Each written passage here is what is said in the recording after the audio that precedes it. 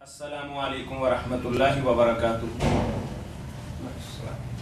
معزز خواتین و حضرات، فتاوی آن لائن کے ساتھ آپ کا میزبان میاں طاہر حاضر خدمت ہے۔ اسلامی تعلیمات اور سوال و جواب کا یہ پروگرام ہر اتوار عصر تا مغرب آپ کی خدمت میں پیش کیا جاتا ہے۔ آپ بھی اپنے مسائل کے حل کے سلسلہ میں قرآن و سنت کی روشنی میں رہنمائی حاصل کرنے کے لیے کال کر سکتے ہیں۔ کال کرنے کے لیے ہمارا ٹول فری نمبر ہے 08001171777۔ جیسا کہ آپ جانتے ہیں کہ فتاوی آن لائن سن 2004 سے چل رہا ہے اور الحمدللہ افتتاحی پروگرام سے آج تک آپ کے سوالات کے جوابات معروف مذہبی اسکالر، ممتاز عالم دین اور سب سے بڑی بات کہ سب کو ساتھ لے کر چلنے والے یعنی وحدت امت کے داعی، میری مراد مفتی مولانا محمد اسحاق مدظلہ العالی ہیں، وہی جوابات مرحمت فرماتے ہیں۔ کال کرنے کے لیے ہمارا ٹول فری نمبر دوبارہ سن لیجئے 08001171777، اور یہ پروگرام ہر اتوار عصر تا مغرب آپ کی خدمت میں پیش کیا جاتا ہے۔ اپنے مسائل کے حل کے سلسلہ میں ہم سے رابطہ کیجئے، اور اگر کچھ مسائل کے سلسلہ میں آپ ہم سے تحریری جواب کے خواہاں ہوں، طلاق ہو، تنسیخ نکاح ہو، خلا کا مسئلہ ہو، میراث کے مسائل ہوں، سود کے مسائل ہوں یا کچھ اور مسائل ہوں، تو تحریری جوابات کے لیے بھی آپ ہم سے رابطہ کر سکتے ہیں۔ جزاکم اللہ احسن الجزاء۔ جی مولانا، ہم اپنے پروگرام کی ابتدا کرتے ہیں اس سوال کے ساتھ کہ یہ ماہ مبارک جس میں نبی کریم صلی اللہ علیہ وسلم کی ولادت باسعادت ہوئی، تو اس میں چند ظاہری شکلیں تو ہم مسلمانوں نے اپنا لی، لیکن جو حقیقی روح تھی، جو نبی کریم صلی اللہ علیہ وسلم کی آمد کا اصل مقصد تھا، اس سے ہم لوگ شاید پہلو تہی کر رہے ہیں یا اجتناب کر رہے ہیں یا اس پہ کے ساتھ معاملہ نہیں کر رہے۔ تو اس سلسلے میں آپ ہماری کیا رہنمائی فرماتے ہیں کہ یہ سارے لوگ، میں بہت معذرت کے ساتھ اپنے سوال کو دوبارہ دہراتا ہوں کہ یہ جتنے بھی چراغاں ہوا، جھنڈیاں لگائیں، یہ صرف عقیدت کے اندر، احترام کے اندر اور نبی کریم صلی اللہ علیہ وسلم کے ساتھ بے پناہ محبت کا اظہار تھا، لیکن کیا یہی بے پناہ محبت کا اظہار جو ہے وہ ہماری بخشش کے لیے کافی ہوگا، یا ہمیں عملی اقدامات بھی کرنے ہوں گے کہ تب ہم اللہ کے تقرب بھی حاصل کر سکیں اور نبی کریم صلی اللہ علیہ وسلم کے اسوہ حسنہ پر بھی عمل کر سکیں؟ ہر مسلمان اس بات سے واقف ہے کہ دین کی جڑ و بنیاد نبی کریم صلی اللہ علیہ وسلم کی محبت ہے۔ دین اس کے سوا کسی چیز کا نام نہیں کہ جو پیغمبر علیہ السلام دین ہمارے لیے لے کر آئے، ان سے محبت کی جائے، ان کی تعظیم کی جائے، ان کی جتنی مدح و ثنا ہو اس کی تعریف کی جائے، یہ سب باتیں درست ہیں۔ مگر قرآن مجید میں دو قسم کے لوگوں کا بیان ہوا کہ کچھ تو مغلوب علیہم ہیں، ان کی تو نیتیں خراب ہیں، آپ کو سمجھنے کے باوجود چلنا نہیں چاہتے۔ جی کال لیتے ہیں مولانا، لے رہے جی السلام علیکم ورحمۃ اللہ۔ وعلیکم السلام ورحمۃ اللہ وبرکاتہ۔ طاہر بھائی کیا حال ہے؟ جی اللہ کا احسان ہے۔ طارق صاحب بات کر رہے ہیں؟ جی طاہر یہ طارق صاحب لندن سے بات کر رہے ہیں مولانا۔ یہ وہی طارق صاحب ہیں کہ جو آپ کے پاس مسجد میں تشریف لائے تھے کہ آپ سے ریکویسٹ کی تھی کہ فتاوی آن لائن ایک بہت افادیت والی چیز ہے، اس کو دوبارہ شروع کیا جائے، تو آپ نے ان سے پرومس کیا تھا کہ حج کے بعد شروع کریں گے، اور الحمدللہ ہم نے پروگرام کی ابتدا کر دی ہے۔ یہ وہی طارق صاحب ہیں جو آپ سے بات کر رہے ہیں۔ سلامت رکھے، خیر سے رکھے۔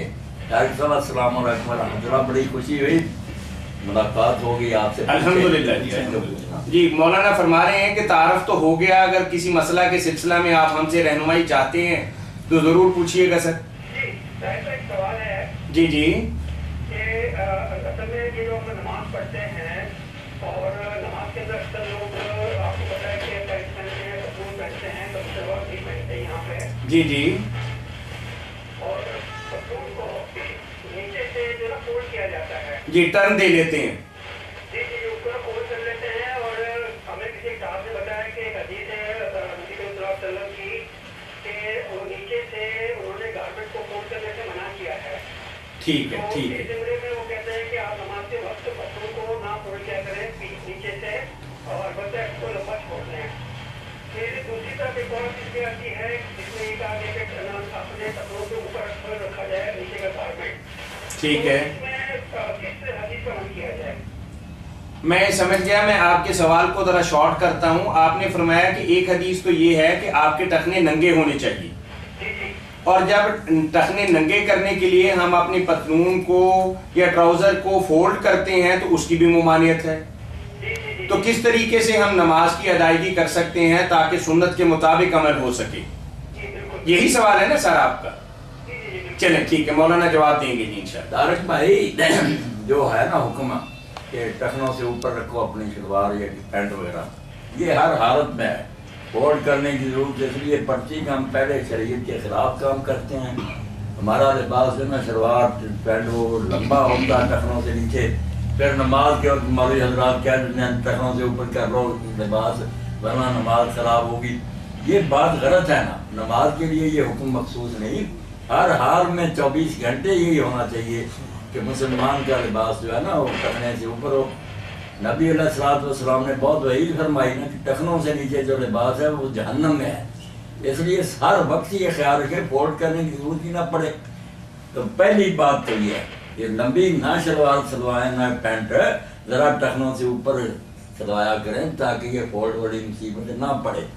باقی رہی بات جو آپ نے فولڈ سے منع کیا نا, وہ یہ اس وقت اتنا تھا ہی نہیں.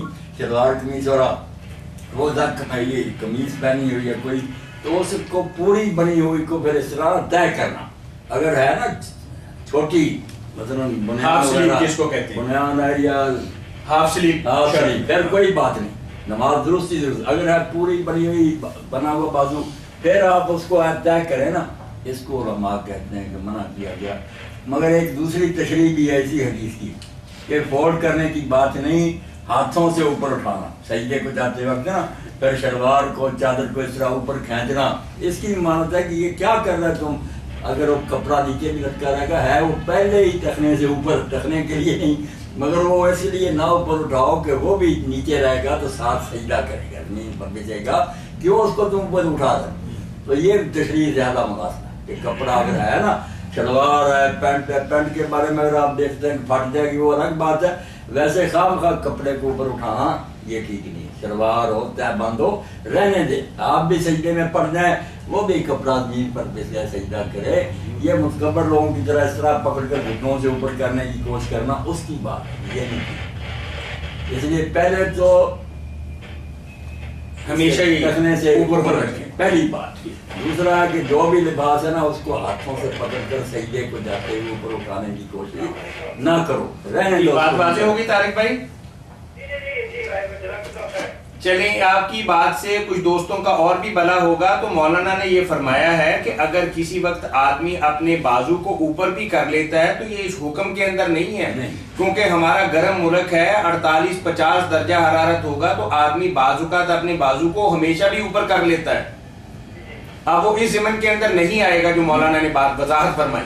جو امام مالک رحمۃ اللہ علیہ نے بازو کے بارے میں کہا نا, وہ بھی طارق بھائی سنے سارے کہ نماز سے پہلے شروع کرنے سے اگر آپ نے یہ اس طرح طے بھی کر لے نا یہ کوئی بات نہیں, مگر نماز تو ویسے شروع کی اور نماز کے دوران خیال آیا اور اس طرح کرتے رہے جیسے عرب لوگ کئی اپنی گھڑیاں دے, وہ بری بات کہ اب نماز چھوڑ کر اس کی طرف ہوگا. یہ کرنا تھا تو پہلے کرے. یہ بھی بہت واضح بات ہے کہ اگر آپ اس سے اوپر ہی کرنا چاہتے بے شک کر رہے ہیں, مگر نماز سے پہلے, نماز کے دوران نہ یہ اللہ ضرور ہے. اچھی, جو ممانعت والی بات اگر سمجھیں تطبیق آپ اس طریقے سے دے رہے ہیں کہ اگر نماز سے پہلے ایسا کام کیا ہو تو کوئی حرج نہیں ہے. وہ آپ سے جو آپ کہتے ہیں وہی بن جاتے ہیں. ٹھیک, اندر نماز کے پھر درست کرنے کی کوشش کرنا. ٹھیک ٹھیک, چلیں بہت سارے پہلو میں نے کلیئر کر. جزاکم اللہ واسع. السلام علیکم ورحمۃ اللہ. وعلیکم السلام. جی مولانا صاحب سے سوال پوچھنا تھا. جی فرمائیے. آپ کہاں سے بات کر رہے ہیں؟ جی میں لاہور سے بات کر رہا ہوں. عبدالرحمان. جی فرمائیے. یہ ذرا بتا دیا کریں, ہمیں خوشی ہوتی ہے, ہم اپنے بھائی کے لیے دعا کریں گے. عبدالرحمان صاحب آپ کو اللہ خیریت سے رکھے. اچھا مولانا صاحب, میں نے پوچھنا تھا کہ قرآن پاک کی ہر آیت کی ہم تعبیر عام بھی کر سکتے ہیں, تعبیر خاص جس کی ہو, یا کچھ آیات ایسی ہوں گی جن میں سے تعبیر خاص ہی ہوگی؟ نہیں کوئی مثال دے نا اس کی. جیسے مثال کے طور پہ سورہ عبس و تولہ ہے. سورہ عبس جو ہے اس کی پہلی آیات میں ہے. جی اب وہ کہہ رہے ہیں کہ اس میں مطلب ایک تھوڑا سا اللہ کے نبی صلی اللہ علیہ وسلم کو اللہ وحدہ لا شریک نے تھوڑی سی بات تنبیہن کہی ہے, ایسے کہہ رہے ہیں نا آپ؟ جی اس کی جو شروع کی آیات ہیں وہ ان کی مثال کے طور پر ہم طویلے کوئی اگر مفسر ہے اور اس کی طویلے عام کرنا چاہے تو ایسا ممکن ہوتا ہے کہ کچھ آیات مخصوص ہوں گی ان کی طویلے عام نہیں ہو سکتی. نہیں ذرا اس کو بات کو کھول دینا عبدالرحمان بھائی, ذرا بات کلیئر ہو جائے کہ تعویل مثلا میں اس کی یہ تعویل اگر کروں کہ آپ جمعہ کے جو خطبے ہیں وہ پنجابی زبان میں دیتے ہیں. ٹھیک ہے. تو اب بہت سے ہم جیسے لوگ ہیں وہ آپ سے بہت مطلب محبت کرتے ہیں, ہم چاہتے ہیں کہ آپ کی بات جو ہے وہ بہت سے لوگوں تک پہنچے, تو ہم آپ سے مطلب اکثر گزارش کرتے رہتے ہیں کہ آپ اردو زبان میں خطبے وغیرہ دیا کریں. بڑی اچھی خواہش ہے آپ کی. اچھا نہیں یہ آیات نے آبسا وسورا ان کے بارے میں آپ کہنا کیا چاہتے ہیں؟ میں معذرت کے ساتھ یہ کہنا چاہتا ہوں کہ مطلب کہیں اگر ہم اس طرح کی کسی تعبیر کرنا چاہیں کہ آپ جو لوگ آپ کو سننا چاہتے ہیں آپ ان کے لیے اردو میں خطبے نہیں دیتے, اور اگر پنجابی میں مطلب آپ ان لوگوں کو خطبے دیتے ہیں جو آپ کے پاس وہاں ہوتے ہیں, تو مطلب کیا میرے خطبے دینے کا تعلق ہے عبدالرحمان صاحب ان آیات سے کیا آبسا وسورا اس کا تو آپ کی سجیشن ہوگی نا تو بہت اچھی بات ہے کہ ہونا اردو میں چاہیے. خواہش مبارک ہے کہ میری بات سب لوگوں تک پہنچے. آپ کا جو سوال ہے اس کو ذرا سمیٹیے. اس کو کہنا کہ قرآن مجید کی آیات کی جو خاص تعویل یا عام تعویل ہے اور آیتیں آپ پڑھ رہے ہیں آبا صاحب تعالیٰ, یہاں ذرا بات کھولے نا کیا ہے آپ کے ذہن میں, پھر ہی کچھ تبصرہ کریں. یہی طرح کہ جیسے مسلم سرکاروں کو تبدیل کر رہے تھے جبکہ ان کے پاس وہ آئے تھے مدینہ صحابی, تو اللہ تعالیٰ نے ان سے یہ کہا نا کہ آپ جو آپ کی بات سننا چاہتے ہیں آپ ان کو طرف توجہ نہیں کر رہے, تو آپ ان کو لے کے منہ پھیر لیا. تو میں اس کی طویل عام اس حوالے سے کہہ رہا ہوں, مطلب معذرت کے ساتھ آپ سے محبت کی وجہ سے کہہ رہا ہوں کہ ہم آپ سے بہت عرصے سے کہہ رہے ہیں کہ آپ اردو میں خطبات وغیرہ دیا کریں تاکہ آپ کی بات ٹھیک ہے. نہیں بات عبدالرحمان صاحب آپ کی سمجھ میں آ گئی کہ آپ اس کی تو تشریح سمجھتے ہیں اصول کی, مگر اس سے یہ نتیجہ نکالتے ہیں جو سبق ملتا ہے وہ نکالتے ہیں کہ بات ایسی ہو جو لوگوں تک پہنچے. آپ کو بھی یہی تنبیہ کی گئی کہ آپ اس کے پیچھے پڑے ہوئے ہیں جو 3-4 بیٹھے کفار سردار, اس کی بجائے آپ ساری دنیا تک دین پہنچائیں. آپ کا بھی یہی منشا ہے کہ میں اردو میں شروع کروں تاکہ بات ساری دنیا تک پہنچے, چند پنجابی نہ سمجھیں, یہ نتیجہ آپ بہت ٹھیک نکالیں. واقعہ تو وہی تھا جس پر اترا, جس کی تو تعبیر کیا کریں, مگر اس سے جو سبق ملتا ہے کہ دین کے دائی اور مبلغ کو چاہیے ایسا انداز اختیار کرے جس سے اس کا دائرہ وسیع. یہ بالکل مبارک بات ہے, آپ نے صحیح سوچی ہے. مگر میرے سامنے جو بیٹھے ہوتے ہیں نا وہ زیادہ ہوتے ہیں پنجابی, اردو بولنے والے بھی اگر آتے ہیں تو پنجابی میری اردو جیسی ہوتی ہے, اس لیے وہ سب سمجھتے ہیں اور پھر میری بات کو آگے پھیلاتے ہیں. ذرا ہلکا ایسا ہے جو مدے لیتا ہے اس میں پنجابی, آخر ہماری لسان ہے, جیسے انبیاء علیہ السلام کا قرآن کہتا ہے جب بھی آئے قوم کی زبان میں, اس لیے بات زیادہ واضح ہو جاتی ہے, سارے لوگ سمجھ لیتے ہیں. باقی جب اردو کی نوبت آتی ہے, اردو سے میں آپ سے باتیں کر رہے ہیں, باہر کے ملکوں سے بھی جو آدمی بات کرتا ہے اس سے اردو زبان میں بات کرتے ہیں. یونیورسٹیوں میں ڈاکٹر لائے دوسرے لوگ بلاتے ہیں, وہاں اردو میں لیکچر دیتے ہیں. اب اسلام آباد سے آیا ہوں, لاہور علمران میں تھا.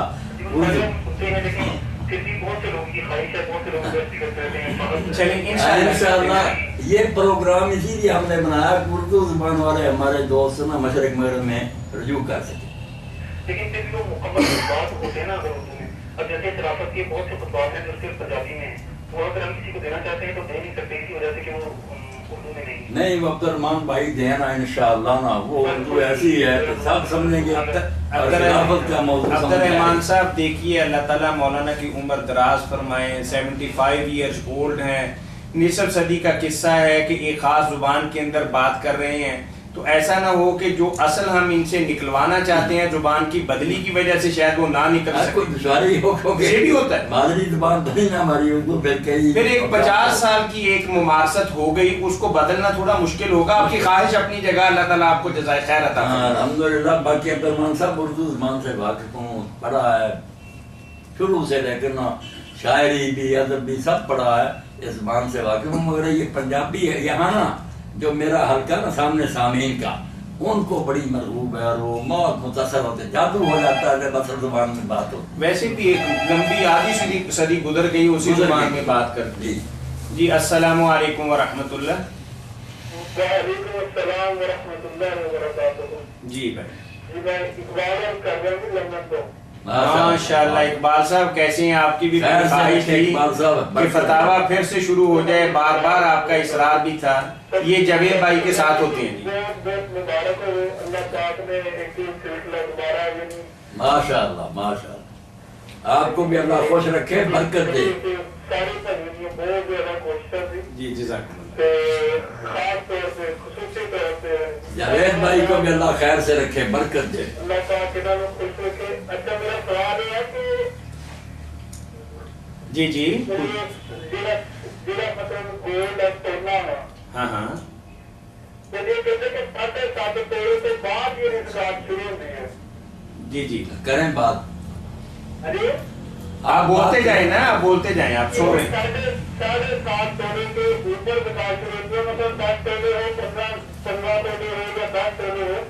وہ مجھے یا کسی دوست نے بتایا کہ اگر وہ آپ کے گھر میں استعمال ہو رہا ہے، چاہے وہ 10 توڑے ہے چاہے وہ 15 توڑے ہے، تو اس میں زکات نہیں ہے.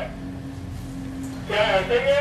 نہیں اقبال بھائی، جب تک سونا 7.5 توڑے نہیں نہ ہوتا اس وقت تک معافی ہے. جب 7.5 توڑے ہو گیا نا، اوپر نہیں، 7.5 توڑے جب پورا ہو گیا، اب 7.5 توڑے اور اس پر جتنا ہوگا سب پر زکات ہے. اور زکات جو ہے وہ گھر میں استعمال ہو، پڑا رہے، سب سونے پر ہے. سونے کی شکل میں ہو، زیورات کی ہو، استعمال کریں یا ویسے رکھ چھوڑیں، سب پر.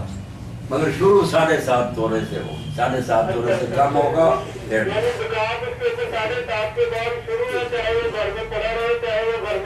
ہاں سب پر ہے.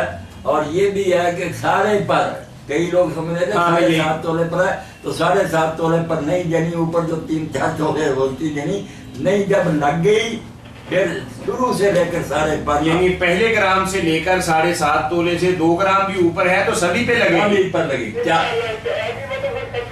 نہیں بعض لوگ یہ سمجھتے ہیں، مولانا یہی فرما رہے تھے کہ بعض یہ سمجھتے ہیں کسی کے پاس 10 تولے ہیں نا تو کہتے ہیں کہ 7.5 تو نکال دو نا، وہاں تک معافی ہے. چلو 2.5 تولے پر دے. 2.5 تولے پر دے. ایسے لوگ بھی ہے نا جو یہ سمجھتے ہیں. نہیں، جب لگے گی نصاب پورا ہو گیا 7.5 تولے یا زیادہ پھر سب پر. یعنی پہلے گرام سے شروع ہو جائے سے سب اس کی قیمت لگا کر نا 40واں حصہ دینا. اگر سونا کو دے دے تو بہت اچھی بات. سونا ہے یہ 40واں حصہ سونا کتنا بنتا ہے، اتنے ماشے وغیرہ وہ دے دے، بہت اعلیٰ. اگر یہ نہیں تو قیمت لگا کر 40واں حصہ دے. اللہ. اور اقبال بھائی آپ خیریت سے ہیں؟ جاوید صاحب ٹھیک ہے؟ اور سب کی طرف سے ان کو سلام کہیے گا بھائی. سب کی طرف سے سلام کہیے گا. بارک اللہ فیک. جی مولانا میں چھوٹا سا ایک سوال ہے کہ ہمارے یہاں قرآن. جی السلام علیکم ورحمۃ اللہ. جی وعلیکم السلام ورحمۃ اللہ. جناب سوال یہ ہے کہ اللہ میں مننا ہے، ایک رسول میں مننا ہے، ایک قرآن میں مننا ہے، ایک کامل لوگ کا کے نماز پڑھنا ہے، لیکن کسی اچھے کیوں نہیں ہو رہا ہے؟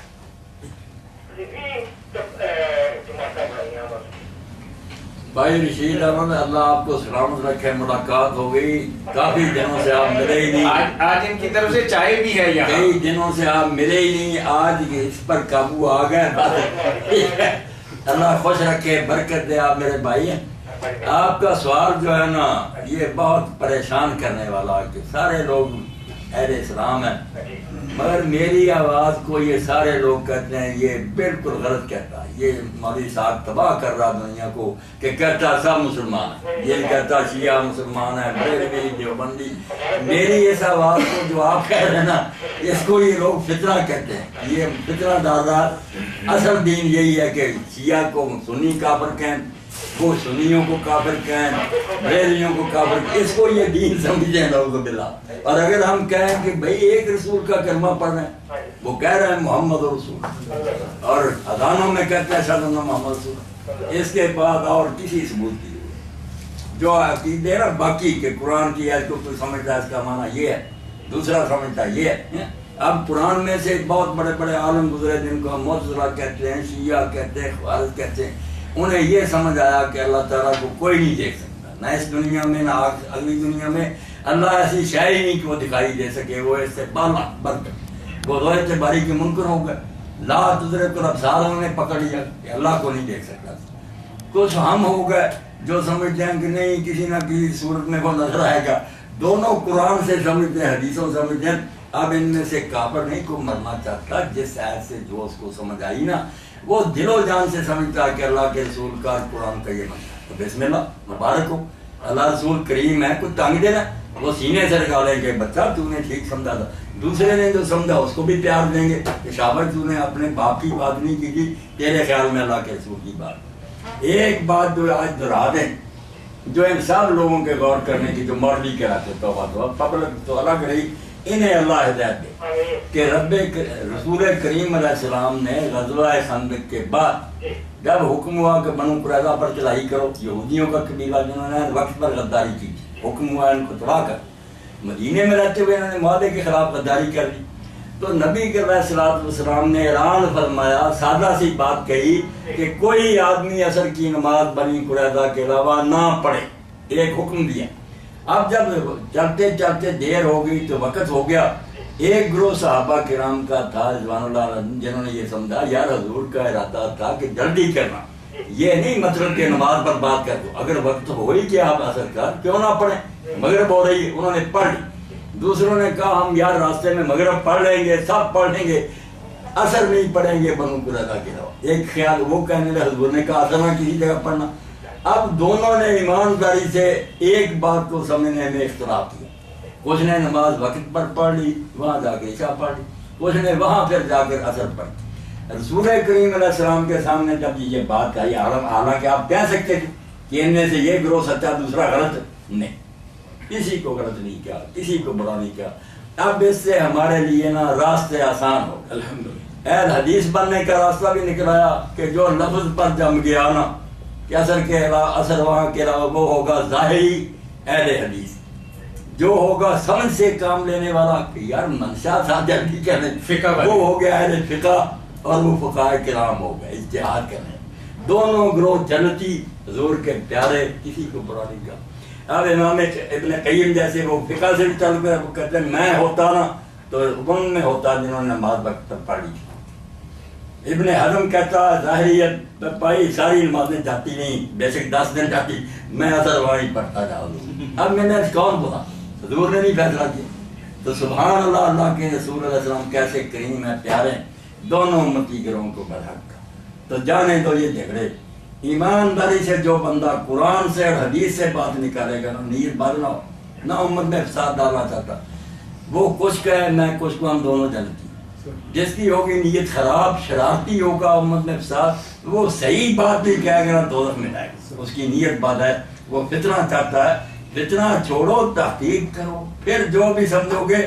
جب دین میں یہ بات آ گئی کہ اگر ایک آدمی پوری محنت کرتا، بات کو سمجھنے کی کوشش کرتا، اس کو صحیح سمجھ آ جائے کہ اللہ کے رسول فرمایا 2 ثواب ملے گا، ایک محنت کرنے کا، ایک صحیح نتیجے کا، اور جس نے پوری محنت کی مگر غلط بات سمجھ آئی اس کو 1 ثواب ملے گا، اس نے محنت کی ہے چلو نتیجہ غلط۔ جو بچے اسکولوں کالجوں میں پڑھتے ہیں، جب ریاضی کا پرچہ ہوتا تھا حساب کا، تو اس میں دیکھتے تھے مبدل کہ اگر اس کو طریقہ آتا نا، طریقہ سوال حل کرنے کا اس کا ٹھیک، جواب نکالنے میں غلطی ہوگی اس کو بھی آدھے نمبر دیتے، جو صحیح نکال رہے ہیں اس کو پورے دیتے تھے۔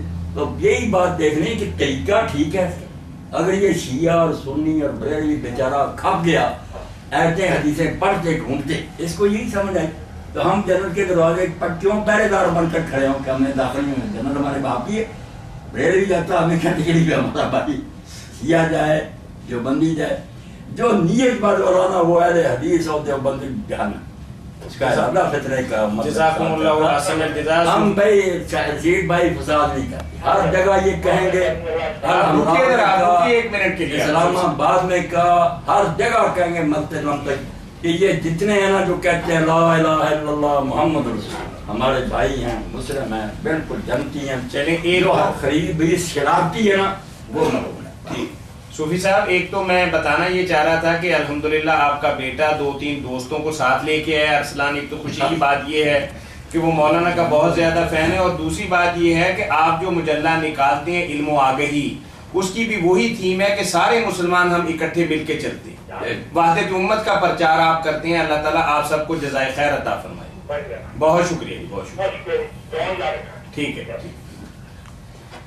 مولانا میرا سوال یہ تھا کہ قرآن کریم نے میراث. الحمدللہ. جی السلام علیکم ورحمۃ اللہ. وعلیکم السلام. جی بھائی. ہیلو. جی السلام علیکم. وعلیکم السلام. جی فرمائیے بھائی. سر سوال کرنا تھا میں نے. جی کون بات کر رہے ہیں بھائی؟ میں جی ربی پنڈی سے بات کر رہا ہوں. جی فرمائیے بھائی. اچھا سر ایسے ہی مناسب میں جو قرآن اور کربلا سیمینار جو ہمارا مطلب لاہور میں ہوتا ہے جی جی تو اس کے بعد کافی مطلب ہے کہ انٹرنیٹ پہ لوگوں نے اعتراضات وغیرہ کیے ہیں, تو وہ میں بنانا اس لیے کرنا چاہ رہا تھا کہ ایک ریکارڈ بھی ہو جائے. چلیں آپ کا وہ میں نے میل نکال لی ہے, مولانا کو دے دیا ہے. انشاءاللہ کسی جمعے کے خطبے کے اندر انشاءاللہ اس کی وضاحت کر دیں گے, کیونکہ ہمارا اس وقت تو پروگرام بڑا شارٹ ہوتا ہے, اس میں پوری تفصیل اور وضاحت نہیں کی جا سکتی. سر دوسرا میں نے آپ سے پوچھا تھا کہ مناسب سے پوچھا کہ جو اسلامک بینکنگ ہے ہاں ہاں یہ کنیکٹ کر دیں. جی ٹھیک ہے ٹھیک ہے.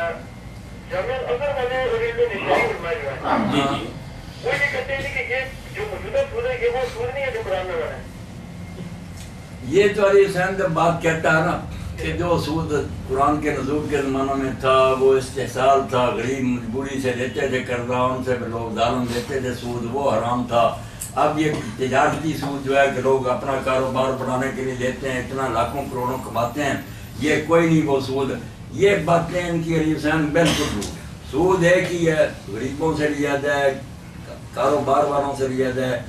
جو اصل در پر زائد لینا کسی شکل میں, پیسے تو گزار ہے نا, اگر میں کسی کو رقم دے دیتا ہوں قرض, اس کے مکان میں رہتا ہوں کہ جب تک تم پیسے نہیں دے گے میں تمہارے مکان میں, یہ بھی سود ہے. قرض پر کسی قسم کا نفع لینا سود ہے, اور یہ ظلم عظیم ہے کہ کاروبار کرنے والے بیچارے جو ہے نا وہ خطرے میں ہیں, پتہ نہیں نفع ہو یا تباہ ہو جائے.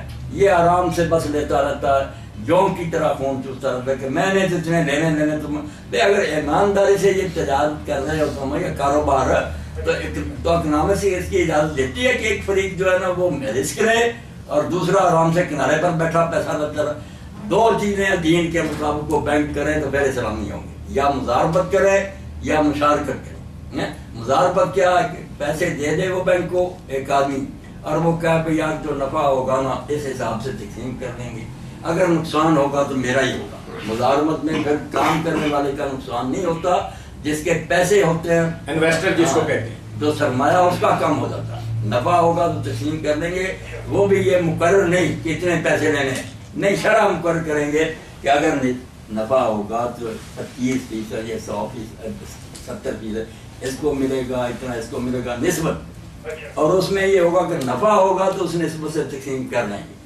اگر خسارہ ہوگا بینک کے ساتھ کریں گے کسی مرد کے ساتھ, خسارہ اسی کا ہوگا جس کا سرمایہ رب المال. یہ ہوتی ہے مزاربت. اور تم شراکت ہے کہ بینک بھی کچھ پیسے لگائے یا آدمی بھی لگائے, اس میں نفع نقصان دونوں ہوتا ہے کہ نفع ہوگا تو ہم اس حساب سے تقسیم کریں گے, اگر نقصان ہو جائے گا تو پھر دونوں پارٹیاں اس طرح پر.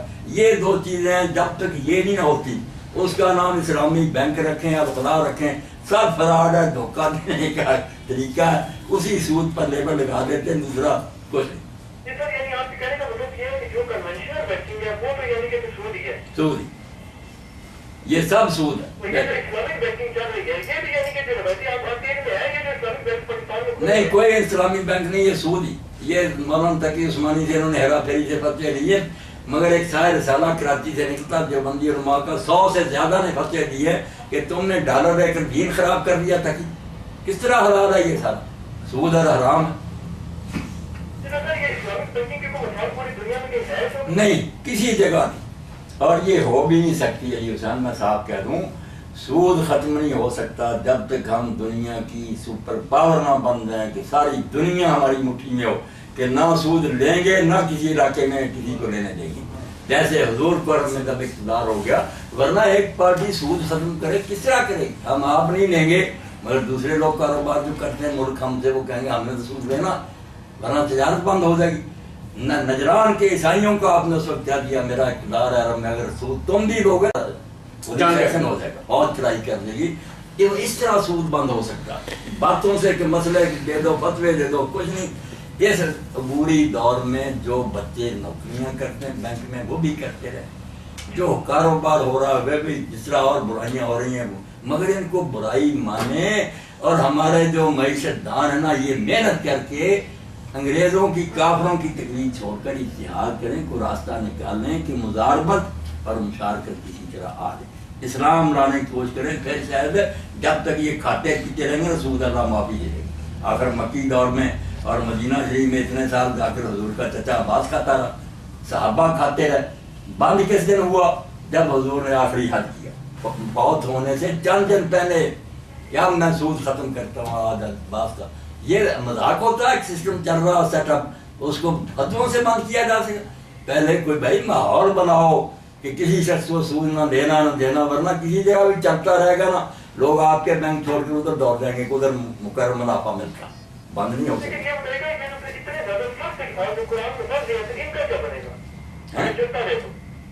نہیں چلتا رہے مگر بدلنے کی کوشش کریں نا. میں ساتھ ہی کہہ رہا ہوں کہ سارے مسلمان اپنی یاد کرتے ہیں کہ ہم غلاظت کے ڈھیر پر بیٹھے ہیں، نجاست پر، اس سے جان چھڑانی ہے.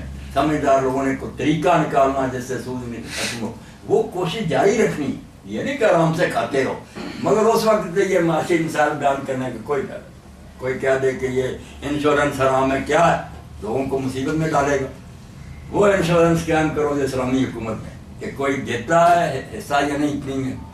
سارے ملک کے لوگ جو انشورڈ ہو، ہر بندہ اطمینان سے رہے کہ یار میرا خزانہ تباہ ہو گیا، پھر کیا بیت المال بحال کر دے. غریب سمجھے میں میرے پاس کچھ نہیں ہوگا، میرے بچوں اور بچیوں کی حکومت کا خزانہ. جیسے حضور اعلان کرتے تھے کہ میں ولی ہوں، سب کا دن کا ولی نہیں. پہلے وہ انشورنس لاؤ پھر اس انشورنس قبول کرو، ورنہ وہ بھی نہیں کوئی حکومت کی طرف سے کفالت.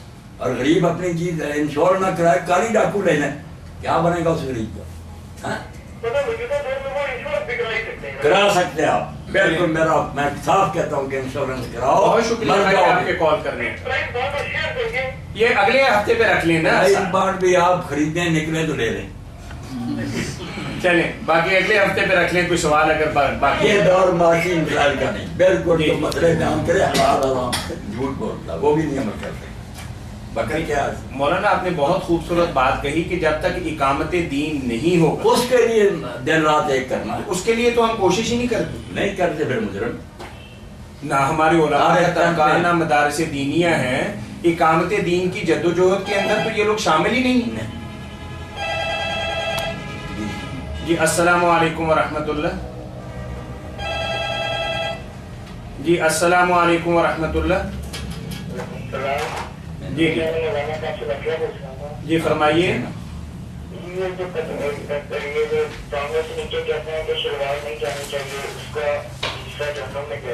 جی بالکل یہی بات،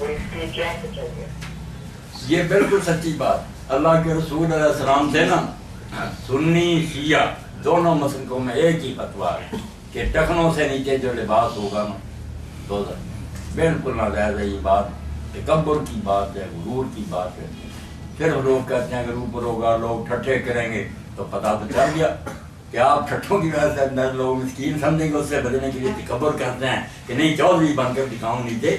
یہی تو کر کے دکھانا کہ لوگ ٹھٹھے کرتے رہیں، آپ سنت پہ عمل کرتے ہیں. قربان جائیں حضرت عمر رضی اللہ تعالیٰ عنہ زخمی ہوئے بے ہوشی طاری ہوتی ہے. ایک نوجوان خبر کے لیے آیا اور ملاقات کر کے جب جا رہا تھا دیکھا آپ نے کہ اس کا کپڑا تو زمین پہ کس طرح.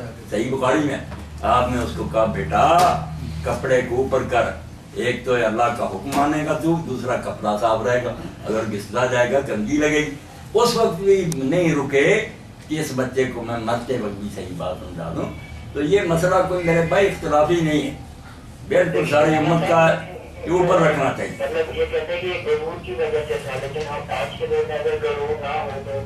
نہیں یہی بات ہے میرے بھائی، وہ تو وجہ سمجھا دی کہ یہ کرتا ہی اس لیے آدمی غرور، یہ جو ہے نا غرور کی وجہ سے کوئی کہہ دے اس لیے میں غرور سے نہیں کرتا. نہیں، وہ تو یہی بات ہے کہ یہ حرکت ہوتی غرور سے ہے.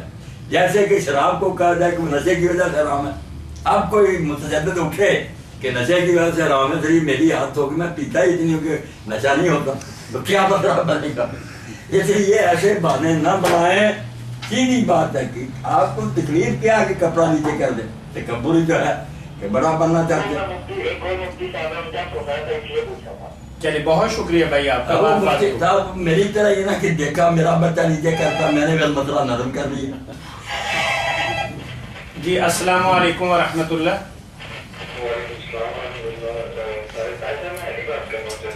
جی جی جرمن سے محمد علی صاحب بات کریں. میں نے مولانا کو وہ بتایا آپ کے بارے میں کہ آپ کی کال آنے والی ہے. اچھا آپ تھوڑا سا مجھے بریف کریں گے کہ آپ نے 0800 سے کال کی ہے یا دوسرے نمبر سے کی ہے؟ چلیں ٹھیک، پوچھ لیجئے مولانا سے کیا پوچھنا چاہ رہے ہیں. وعلیکم السلام ورحمۃ اللہ.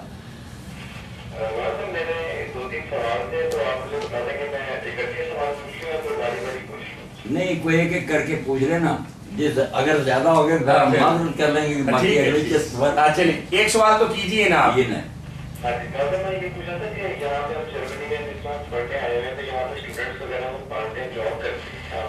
جی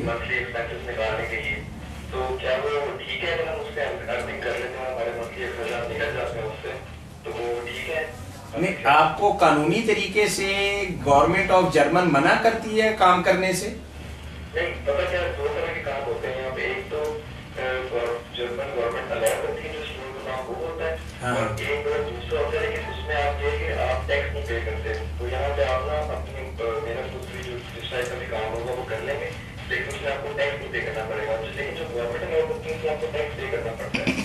ٹھیک ہے میں آپ کے سوال کو واضح کر دیتا ہوں. مولانا یہ بھائی فرما رہے ہیں محمد علی صاحب جرمن سے کہ ہم لوگ یہاں پڑھنے کے لیے آئے ہوئے ہیں تو ہمیں کام کرنے کی بھی اجازت ہے، اور جب ہم کام کرتے ہیں تو مخصوص حصہ اپنی انکم میں سے ٹیکس کی شکل کے اندر گورنمنٹ آف جرمن کو ادا کرتے ہیں. اور بعض اوقات ہم کسی ایسی جگہ پہ بھی جاب کر لیتے ہیں کہ جہاں گورنمنٹ کو بھی نہیں پتہ چلتا، وہ رولز اینڈ ریگولیشن بھی ہمارے اوپر نہیں آتے اور ہم ان کا ٹیکس بھی بچا لیتے ہیں اور حکومت کے معاملات کو وائلیٹ کرتے ہیں. تو کیا ایسا کرنا جائز ہے؟ یہی سوال ہے نا آپ کا؟ بالکل ٹھیک. چلیے آپ بھائی یہ سمجھ لیں باقی جو غیر ممالک میں رہ رہے ہیں خواہ وہ غیر مسلم اسٹیٹ سے مسئلہ سمجھ گئے، بڑا نازک مسئلہ ہے کہ جن ملکوں میں آپ ویزا لے کر جاتے ہیں ان ملکوں کے قوانین آپ کے لیے شریعت ہیں. سن لیں یہ بات، یہ نہ کوئی کہا کہ وہ کافر ہے اور ان کے ہم علاقوں میں رہ رہے جو بھی چیک کرے. استعمال جو ہے نا امن دے کر کسی علاقے میں جانا، اس گورنمنٹ سے ویزا لینا کہ وہ ہمیں امن فراہم کرے. آواز آ رہی ہے اب آپ کو؟ مولانا کا بھی سنے ذرا تھوڑا. بہت اللہ کے لیے خدا کے بندو اسلام کو بدنام نہ کرو. کوئی کام جو اس ملک کے قانون کے خلاف ہو ایسا ہی جیسے آپ نے قرآن کے خلاف کیا. آپ اس ملک میں گئے کیوں تھے؟ اپنے آپ ایک معاہدہ ہو جاتا ہے کہ میں اس ملک میں آ رہا ہوں، میں اس ملک کے قانون کی اطاعت کروں گا. یہ انڈرسٹوڈ ہوتا ہے. اس لیے اس ملک میں جتنی باتیں ہیں شریعت یہ کہتی ہے کہ اب وہ اوفو بالعقود، تمہارے معاہدے ہو گئے ہیں، ایک ایک بات کا اقرار تم نے کیا. کوئی قانون توڑو گے، ٹریفک کا، تجارت کا، تعلیم کا مجرم ہوگے، اللہ رسول کے مخالف ہوگے. اس علاقے میں یا جاؤ نہ جاتے وقت پھر سارے قانون. اس لیے جو کہتے ہیں نا کہ غیر قانونی طریقے سے وہ ٹیکس نہیں لگتے، یہ سب نہ جائے. آپ صرف وہ کام کریں جس کی اجازت وہ حکومت دیتی ہے، اس کے ٹیکس دیں. یہ آپ کے ویزے میں ایک معاہدہ ہے شریعت کی طرف جو اپنے آپ ہو گیا. آپ سرحد میں داخل ہوئے اور یہ آپ کے ذمہ آ گیا. یا ایھا الذین آمنوا اوفوا بالعقود. یہ تو علماء اسلام نے پہلے ہی واضح کر دیا کہ خبردار یہ بہانہ نہ بنانا کہ وہ کافر. اچھا ایک منٹ محمد علی بھائی رکیے ذرا. محمد علی بھائی رکیے ذرا. محمد علی بھائی پہلی بات مولانا نے یہ بتا دی کہ آپ دنیا کے کسی بھی ملک کے اندر جاتے ہیں وہاں کے قوانین پر عمل کرنا قرآن و سنت ہی کی طرح ہے کہ آپ نے ان کے ساتھ ویزا لگواتے وقت ایگریمنٹ کر لیا کہ آپ میں ملک کے اندر وہی کروں گا جو آپ چاہیں گے. بات واضح ہوگی مولانا؟ اس کے خلاف نہیں. ٹھیک ہے. اور دوسرا سوال آپ کیا کریں گے جی؟ نماز کی رائے سے متعلق ہے کہ نماز وغیرہ کے لیے جہاں پہ مسجد صرف ایک ہے شہر میں تو ہمیں آنے جانے میں تھوڑی پرابلم ہو جاتی ہے. اور دوسرا یہ کہ جب چلے بھی جاتے ہیں تو وہاں پہ جو امام مسجد ہے وہ کوئی بھی نہیں ہوتا مقرر ہے، کوئی بھی آگے بندہ جماعت کرا دیتا ہے اور ان کی جماعت کی ادائیگی کا جو طریقہ ہوتا ہے وہ مجھے کچھ نہ ٹھیک نہیں لگتا. اچھا نہ تو شلوار اوپر ہوتی ہے اور جلدی جلدی ٹھیک ہے ارے بھائی آپ کو اگر کوئی ساتھی ملتا ہے کہ ان کے ساتھ مل کر اپنی بلڈنگ میں یا دفتر میں کر لیا کرے جماعت تو ثواب جماعت کا مل جائے گا. آپ تکلیف نہ فرمائے بھائی کر لیں. مولانا فرما رہے ہیں کہ ٹھیک ہے جی ٹھیک ہے. اور یہ بھی سمجھ لیں کہ شاید آپ کی طرح کچھ اور دوست ہوں جن کو کوئی ساتھی بھی نہ ملے جماعت کے لیے, وہ بھی سن لیں, پاکستان میں ہوں یا پوری دنیا مسلمان سن لیں کہ کوئی مرد عورت بغیر اذان اور اقامت کے نماز نہ پڑھے, بے شک اکیلا پڑھے. سن لو یہ بات, ہر بندے کے لیے اذان کے کلمے دہرانا سنت. ٹھیک ہے, جماعت کے لیے کہ اذان کافی ہے. میں اگر اکیلا پڑھوں مجھے چاہیے کلمات جو ہیں اذان کے سارے اللہ اکبر دہراؤ. کیا یہ بات؟ تجدید ایمان, قومی ترانہ, کہ پہلے اپنا ایمان تازہ کرو. کس دین کو مانتے؟ اللہ بڑا, رسول سچا, قیامت پر یہ کہنے چاہیے اکیلا. بلکہ حضور نے خوشی کا اظہار فرمایا کہ اگر کوئی آدمی بکریاں چراتا چراتا دور نکل جاتا اور وہ اکیلا پھر پہاڑ پر کھڑے ہو کر اذان کہتا تو اللہ تعالیٰ فرشتوں کی فوجیں اتارتا ہے, اس کے پیچھے وہ نماز پڑھتے ہیں. اور اگر صرف اقامت کہتا ہے, اذان نہیں کہتا, اقامت کے کلمے کہہ رہے, اقامت تو ضرور کیا کریں نا. ہم ایسا فرماتی ہم عورتیں بھی اذان اور اقامت کہتی تھیں, آپ مردوں کے نہیں مسئلہ سمجھتے, مولوی نہیں سمجھتے. ایک بہت بڑے دیوبندی اور ان سے بہت دیر کی بات میں گاؤں میں تھا, ان سے بات ہوئی یا دھوبی گھاٹ میں, کہنے لگی نہیں ہماری فقہ میں تو کوئی نہیں. میں نے نکال کے دکھایا کہ ہنفیوں کی کتاب میں دیکھو اکیلے کے لیے اذان مسنون ہے اور اس کے لیے اقامت ویسی حنفی ہیں پڑھ کے نہیں. کئی ایسے عالم ہیں, سن لو میرے بھائی, جن کا یہ فتویٰ ہے کہ اگر اقامت نہیں نہ آئی کہ اذان کی چلو کوئی بات, اقامت نہیں کی اور آپ نے پڑھی, وہ کہتے ہیں دوبارہ پڑھو, کوئی نماز نہیں ہوئی. اقامت کا اس لیے ساری عورتیں مرد یہ عادت بنائے کہ جب نماز شروع کریں تو اقامت ضرور کریں, بے شک اکیلے ہوں. پھر اللہ کے فضل سے جماعت کا بھی ثواب ملے گا, 2 فرشتے ہوں گے پیچھے, اور ایمان بھی تازہ ہو جائے گا. اللہ اکبر اللہ اکبر, اشہد ان لا الہ الا اللہ اشہد ان محمد رسول اللہ, حی علی الصلاۃ حی علی الفلاح قد قامت الصلاۃ قد قامت اللہ اکبر. یہ مسئلہ پکا اپنے ذہن میں. علی بھائی بہت شکریہ آپ کے کال کرنے کا. اگر کوئی سوال باقی ہے تو اگلے ہفتے تک کے لیے اٹھا رکھیے گا. جزاکم اللہ احسن. میں ذرا سوال روک کرنا, یہ علی صاحب میرے ساتھی ہیں, ان کی طرف سے ایک آیا ہوا یہ. السلام علیکم ورحمۃ اللہ. وعلیکم السلام ورحمۃ اللہ وبرکاتہ. مولانا جی الحمدللہ بیجی تھا نمبر. مولانا محمد خالد صاحب صاحب اسلام آباد سے بات کر رہے ہیں. میرے بھائی خالد صاحب اللہ ٹھیک ہے جی, پہلے بھی ان کی کال آئی تھی, آپ کو سلام کہہ رہے تھے. اللہ حضرت کچھ ایسا ڈاکٹر کے بعد دوبارہ پروگرام آپ نے شروع کیا ہے. میں سمجھتا ہوں کہ بہت ہی مفید پروگرام ہے. آپ کو اللہ آپ کو اللہ آپ کو خیریت سے رکھے, جزائے خیر دے. آپ کی ترغیب سے دوبارہ بات ہو گیا, اللہ یہ صحیح مشہور فرمائے, آپ کو سلامت رکھے, دین کی خدمت آپ سے دے. ہماری آپ کی کوششیں اللہ قبول فرما لے.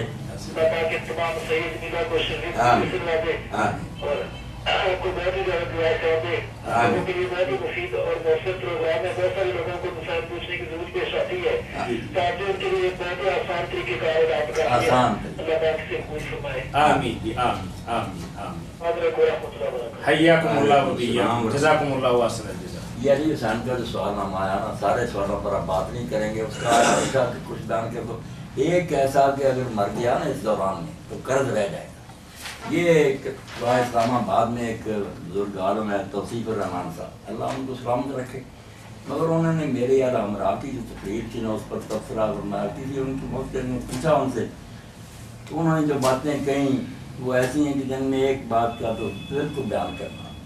اب مجھے کہتے ہیں کہ مولوی صاحب قرآن میں بیٹھ کر ایسی باتیں کرتا, اللہ سے ہدایت دے. باقی اللہ مجھے بھی ہدایت دے, سب ہدایت کے محتاج, مگر جو باتیں ہیں ان میں سے ایک بات لکھی ہے تھرڈ, کہ حضرت علی رضی اللہ تعالیٰ عنہ سے مروی ہے کہ وہ کہتے ہیں میں نبی کریم صلی اللہ علیہ وسلم کے پاس بیٹھا ہوا تھا ایک دن, تو حضرت معاویہ رضی اللہ عنہ بیٹھے تھے. اس وقت نا میرے ہاتھ میں کرم تھا, جبریل علیہ السلام آئے, حضور نے نا ان کے کہنے پر وہ کرم مجھ سے لے کر حضرت معاویہ رضی اللہ عنہ کو دے دیا. تو میں نے اپنے دل میں کوئی ملال نہیں محسوس کیا, کیونکہ میں جانتا تھا کہ جو کچھ حضور نے کیا وہ اللہ کے کہنے پر کیا. اور یہ بہتر ہے، اور آپ نے فرمایا بھی کہ میرے اور معاویہ کے جھگڑوں میں دخل نہ دینا. اس پر میں کہوں گا کہ مجھے جو نصیحت توصیف الرحمان کہہ رہے نا، میری باتوں میں سے ایک بات بھی اگر وہ ثابت کر لیں، باقی پر پھر تبصرے کریں دعا اور سوال، تو میں بالکل سر چکاؤں گا. مگر الحمدللہ مجھے اطمینان ہے، میں ساری دنیا کے علماء کو کہتا ہوں کہ چیلنج کروں میری روایت، اگر اس میں کوئی کمزوری ہے راوی، مگر ایسی بے بنیاد بات نہیں کہ طبقات الحنابلہ میں دیکھا ہوا مروی ہے، بتائیں اگر سند نہ دیکھی جائے تو گپے ہی گپے. میں توصیف الرحمان صاحب کی طرح ہو جاؤں تو میں اپنی اہل سنت کی کتابوں سے نکال کر دکھاؤں گا کہ حضور نے فرمایا جب معاویہ کو میرے ممبر پر خطبہ دیکھو تو اس کو قتل کر دو، یہ فرعون ہے اس امت کا، مگر میں توبہ کر دوں. میں حضور کا نام غلط کیوں استعمال کروں؟ مجھے پتا کہ وہی بے ایمان لوگوں نے گڑھی، ان کے چیلوں نے بھی جو گڑھی ہیں کرم باری، یہ بھی بالکل کوئی شان معاویہ رضی کے حضور نے نہیں بیان فرمائی. وہ ٹھیک ہے حضور کے ساتھ سے، حضور کے رشتہ دار بھی ہیں، اللہ تعالیٰ انہیں انعام دے. میں کبھی بد دعا میں یزید کے حق میں نہیں کبھی برا کہتا، مگر گپے نہیں مارنی چاہیے. تو یہ بات جو نا اس لیے میں نے کہہ لی رہ گئی، کام خراب ہو. کوئی یہ روایت نہیں، کوئی کرم حضرت علی سے لے کر حضرت معاویہ کو نہیں دیا، نہ حضرت علی نے ان کی فضیلت بیان کی. حدیث کے جتنے عالم ہیں، مولا علی قاری ہیں، امام ابن قیم ہے، ابن جوزی ہے، سیوطی، جتنوں نے کتابیں لکھی ہیں جھوٹی روایتیں الگ کی ہیں موضوعات، وہاں صاف لکھا ہوا ہے لم یصح فی فضل معاویہ حدیث القط. کھنگالنے کے بعد سارے علماء نے کہا حضرت معاویہ کی شان میں ایک حدیث بھی صحیح ثابت نہیں ہے. بالکل لکھا امام ابن حجر نے اور امام تحفۃ الراز نے، امام مبارک پوری میں، کہ دشمن جو تھے حضرت علی کے انہوں نے گھڑ کر نہ حدیثیں رسالے بنائے کہ حضرت معاویہ کو علی کے برابر کرنے کی، یار علی کو بہت بہتر ہے، علی کے ساتھ پاسنگ کرنے کی جھوٹ بولا. اور وہ امام احمد بن حنبل اور سارے کہتے ہیں امام زاہد کہ سب جھوٹی ہیں، کوئی شان نہیں، بس مسلمان سے اللہ اللہ کر دو. تو یہ کرم کس سے نہ حضرت علی نے ان کی فضیلت بیان کی. یا ہمارے شہر کے ایک عالم دین نے کتاب لکھی، اس میں اس نے لکھا کہ حضرت علی رضی اللہ عنہ نے کہا کہ جو میری طرف سے مارے گئے، جو حضرت معاویہ کی طرف سے مارے گئے سب جانتی مصنف ابن ابی شیبہ. اب میرا ایک شاگرد چلا گیا، میں نے اس کو نکال کر دکھائی، اس نے جا کے کہا مولانا یہ حدیث ہے کہ حضرت علی نے فرمایا میرے طرف سے جو مرے اور حضرت معاویہ سب جانتی. ہاں ابھی دکھاتے ہیں. جب نکالی تو میں نے جو دکھایا تھا آگے، اس نے لڑکے نے کہا مولانا آگے کیا لکھا؟ مولانا کے پیر ہونٹ ہلنے لگے. جھوٹے تھے. آگے لکھا تھا کہ جو ساتھ مارے گئے ہیں وہ جنتی ہے، مگر آخر میں فیصلہ میرے اور معاویہ کے درمیان رہ جائے گا کہ اب اس میں سے کس نے دوزخ میں جانا، کس نے جنت میں جانا. ہم جو لیڈر ہیں نا ہم پکڑے جائیں. یہ فکرہ کھا لیا. جب یہ پڑھایا پھر کہنے لگے میں معاویہ کو دوزخ بھیجوں. اس نے کہا نہیں اللہ یہ بات نہیں، اللہ نے بھی جنت بھیجے، مگر آپ نے دھوکہ کیوں کیا؟ جو روایت لکھی پوری لکھ دے. آدھی کے جو پیچھے ہیں لوگ ان میں چلے ٹھیک ہے پیچھے لگے ہوئے، کہا جو پیچھے ہیں اور مرے ہیں جنتی ہیں، مگر معاملہ آخر معاویہ پر آ کر جائے گا کہ اب ان میں سے کس نے بھگتنا ہے. تو مطلب یہ ہے کہ جھوٹی روایتیں لکھنے کا کیا فائدہ، سچی بات لکھو. اب یہ ہے نا کہ طبقات الحنابلہ میں ہے، یہ نکال کر اور لکھ بھی پہلے دیا کہ مروی ہے، حالانکہ سب جانتے جب ہمیں کہے نا مروی ہے، روے یا یقار کیرا، بے بنیاد باتیں کہ ایسا کہا جاتا ہے، لوگ ایسا کہتے ہیں، بے سرو پا بات. اور اتنی بڑی بات مولوی صاحب کے مقابلہ میں تم نے کہی ہے توصیف الرحمان صاحب. اب ایمانداری کی بات یہ ہے کہ اگر تم اللہ سے ڈرتے ہو تو یہ روایت نکال کر پھر طبقات الحنابلہ میں لکھی کا کوئی فائدہ نہیں. ادھر ہمارے یہاں ترمذی ہے، ابو داؤد ہے، اتنی چوٹی کی کتابیں ان کی ساری لکھی ہوئی نہیں ہم مانتے، حالانکہ سمجھیں اگر سند نہ دیکھی جائے کہ بیان کرنے والے کون ہے معتبر، تو جس کا جیتا ہے جو جیتا ہے پکتا ہے. میں نے کہا یہ حدیث ہے لکھی ہوئی کہ معاویہ کو ممبر پر قتل کر، مگر اس کی بیان کرنے جھوٹے. میں نہیں جھوٹی بات کروں گا، میں ان علماء سے بھی کہتا ہوں کہ سچی باتوں کی طرف آ جاؤ. پھر اگر قصور نکلتا تو قصور مانو. قصور ماننے سے قیامت آ جاتی. آدم علیہ السلام سے غلطی انہوں نے مانا نہیں، نبی تھے، ربنا ہم سے غلطی اللہ معاف. بس سیدھی طرح مان لو کہ بشرطے یہ کام ہم سے غلط کی بات. اس کے بعد کیا ہم نے گالیاں دینی ہیں، یہ دوسر بھیجنا توبہ ہمارے بزرگ ہیں. تو ایک بات جو تھرڈ لکھی تھی نا وہ اس کی وجہ میں نے ضرور سمجھی کہ یہ اگر موت ہوگی پتہ نہیں موت کا، تو یہ قرض رہ جائے گی. اب یہ سن رہے ہیں سارے، علی حسین بھی کہے اور اس کا ساتھی بھی جس کا ذکر کیا وہ بھی جائے، اور توصیف الرحمان صاحب بھی کوشش کریں اور نکال کر دکھا دیں کہ حضرت طریقے کی صحیح روایت ہو، بسم اللہ۔ ورنہ یہ ہے نا مناظرے کرنے کا شوق چھوڑیں، جو میں کہہ رہا ہوں ایک فقیر درویش خدا کے لیے اس کو سوچو، میری عمر گزری ہے، تم کہتے شیعوں کی گود میں، نہ مجھے شیعوں سے محبت ہے، نہ سنیوں سے، نہ کسی سے، میں جو کچھ دین حق کہتا اس کو رہوں، جزاکم اللہ اللہ دیکھوں گا اس کی بات کو صحیح۔ جزاکم اللہ احسن الجزاء۔ فتاوی آن لائن اسلامی تعلیمات کا پروگرام ہر اتوار عصر تا مغرب آپ کی خدمت میں پیش کیا جاتا ہے۔ آپ بھی اپنے مسائل کے حل کے سلسلہ میں ہمیں کال کر سکتے ہیں۔ کال کرنے کے لیے ہمارا نمبر ہے 08001177777۔ مولانا اس خوبصورت مناسبت کے موقع پر آپ کے ایک چاہنے والے نے ایک چھوٹا سا آپ کے لیے تہنیتی پیغام بھیجا ہے، میں چاہتا ہوں سب بھائیوں کو یہ پڑھ کے سنیں۔ انہوں نے کہا بسم اللہ الرحمن الرحیم، میاں طاہر صاحب اور مکرمی و محترمی مفتی مولانا محمد اسحاق صاحب حافظہ اللہ کی خدمت اقدس میں عاجزانہ سلام عرض کرتا ہوں۔ فتاوی آن لائن کی تیسری نشست جاری ہے۔ آپ کو اور آپ کی پوری ساتھی ٹیم کو مبارکباد پیش کرتا ہوں، اور دیار غیر میں ہمارے بسنے والے محترم مکرم بھائی صاحبان اور محبت رکھنے والے سب احباب کو بھی، اور جتنے بھی سننے والے ہیں اور دیکھنے والے ہیں، ان کو میں سلام بھی پیش کرتا ہوں اور مبارکباد بھی دیتا ہوں۔ اور ساتھ انہوں نے فرمایا کہ دعا ہے کہ اللہ تعالیٰ یہ چراغ ہمیشہ جلتا رکھے اور اس کی روشنی سے ہمارے گھروں اور دلوں میں بھی روشنی کی یہ شمع ایمان کے ساتھ منور کر دے۔ حضرت مفتی مولانا محمد اسحاق مدہ ذلہ العالی کی خدمت اقدس میں گزارش ہے کہ وہ ہمارے لیے دعا بھی فرمائیں، اور اللہ تعالیٰ آپ سب کو خوش و خرم رکھیں۔ آپ کا بھائی رشید احمد۔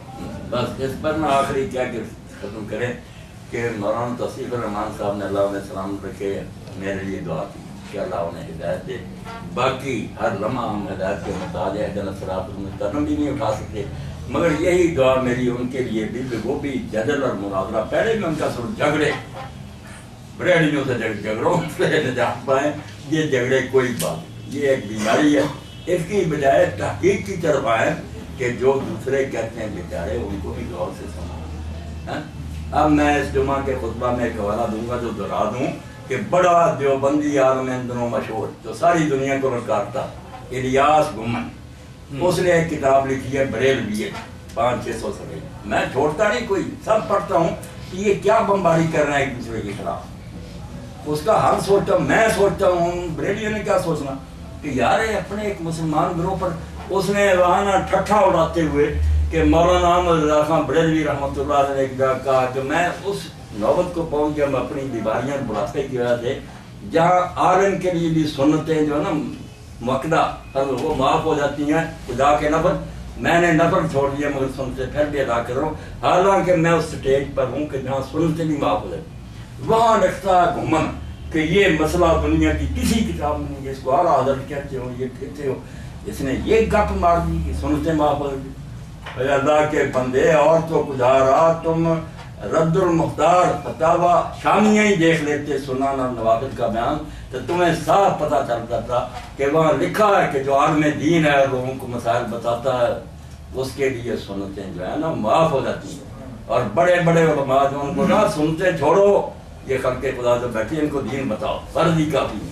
اور کئی علماء نے یہ کہا کہ سنتے فجر کی 2 پڑھ لے عالم، اس کی ذرا جب باقی اس کے لیے معاف۔ کتاب میں فتویٰ، اتنی بڑی کتاب لڑکار کر لکھ رہے، پتہ تمہیں ہے ہی نہیں تمہاری کتاب میں مسئلہ۔ تو اس لیے میں کہتا ہوں خدا کے لیے بم نہ برساؤ، نہ بریلویوں پر، نہ شیعوں پر، نہ دیوبندیوں پر۔ جو بریلویوں میں جو رسالہ لکھا خدا خط، اس کا بھی خطبہ میں ذکر کرنا۔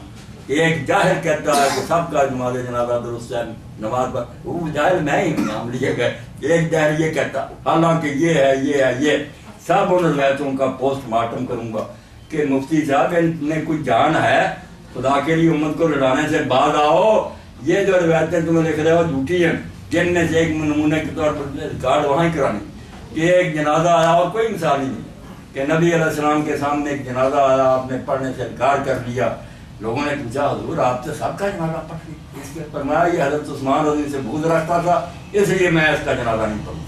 اس سے بنیاد بنا لیتے ہیں کہ جو شیعہ ہیں وہ بغض رکھتے ہیں اس لیے ان کا جنازہ کوئی نہ پڑھے، جو پڑھے گا نکاح ٹوٹ۔ بھائی یہ جہاں لکھی ہے ترمذی میں، وہاں آگے تو لکھا ہوا کہ اس کا فلاں راوی جو ہے سارے علماء حدیث کے نزدیک کو ضعیف، ظلم کرتے، اتنی چوری کہ جس کتاب سے نقل کر رہے ہیں اس کے آگے لکھا ہو کہ یہ قصہ نہیں کی.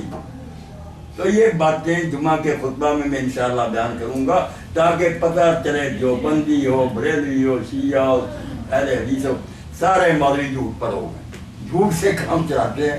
جن کتابوں کا حوالہ دیتے ہیں وہاں بات کچھ اور ہے، دکان چمکانے کے لیے.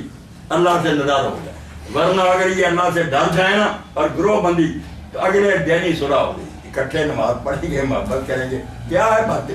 مسلمانوں میں اگر اختلاف ہوگا قیامت ہے. دنیا کی سب امتوں میں اختلاف ہے، عیسائیوں میں، یہودیوں میں گروہ ہیں، اور ہم آپ میں ویسے کرتے ہیں. یہ علم کو بڑھنے کر رہی ہے، آگے بڑھے تحقیق. ایک دوسرے کا سر پھوڑنے کی بات ہے کہ مار دو اور گزر دو. تو دو مثالیں دی دی کہ گمن نے جو کہا کہ سنتے حرم نہیں چھوڑ سکتا، یہ اندردار جھوٹ ہوتا. اب گمن صاحب یہاں آئیں گے نا دیوبندی، تو میں ساتھیوں سے مجھے یار اس کے پاس لے جاؤ، کتاب دکھاؤں کہ اس سے بڑی تمہاری ہنسیوں کی کوئی کتاب ہے. صاف تو لکھا ہوا کہ حرم فرض ہی پڑھ لے اور سنتے چھوڑ سکتے. دین سکھانا زیادہ ضروری. اور یہ جو حضرت عثمان رضی سے بغض رکھنے والے کی جنازے کی بات ہے، یہ روایت صحیح نہیں. اور یہ آپ بیان نہیں کروں گا، میں اشارہ کر دوں کہ اس خطبے میں یہ بھی آئے گا کہ اللہ کے رسول کو قرآن میں حکم آیا تھا کہ کوئی منافق مرے تو اس کا جنازہ نہ پڑے. اور کئی منافقوں کو حضور جانتے بھی تھے، مگر ایک بھی واقعہ نہیں کوئی دکھا سکتا کہ بعد میں کسی کا جنازہ پڑھنے سے حضور نے انکار کیا. پھر حضرت عثمان والی چھوٹی کا نہیں، باقی کسی کا نہیں پڑھا. تو منافق کہاں چلے گئے؟ ایت واپس چلی گئی. یہ سوال سارے علماء مجھے بتائے کہ پھر جو حکم تھا کہ کسی منافق کا جنازہ نہ پڑھ، مرے وہ، کیوں نہیں آپ نے جنازہ چھوڑا؟ کیا وجہ ہوئی؟ اور یہ بھی قرآن میں تھا کہ اے نبی کافروں سے جہاد کر اور منافقوں سے. یہ بھی قرآن کیا آپ نے جہاد کیا، مدینے میں منافقوں کے ساتھ جنگ لڑی. پھر ان ایسوں کا کیا بنا؟ حال میں بتاؤں انشاءاللہ ہوا انشاءاللہ. دو ایتیں حضور نے عمل نہیں کیا. کیوں نہیں کیا؟ یہ ڈھونڈنا پڑے. یا ایھا النبیو جاہد الکفار والمنافقین واغلظ علیہم. صاحب تو حکم تھا کافروں سے بھی جہاد کر، منافق کوئی جہاد نہیں. منافق آرام سے مدینہ میں ولا تصلی علی احد منہم مات ابدا. ان میں سے کوئی مرے تو ہر روز اس پر نوافل نہ پڑے.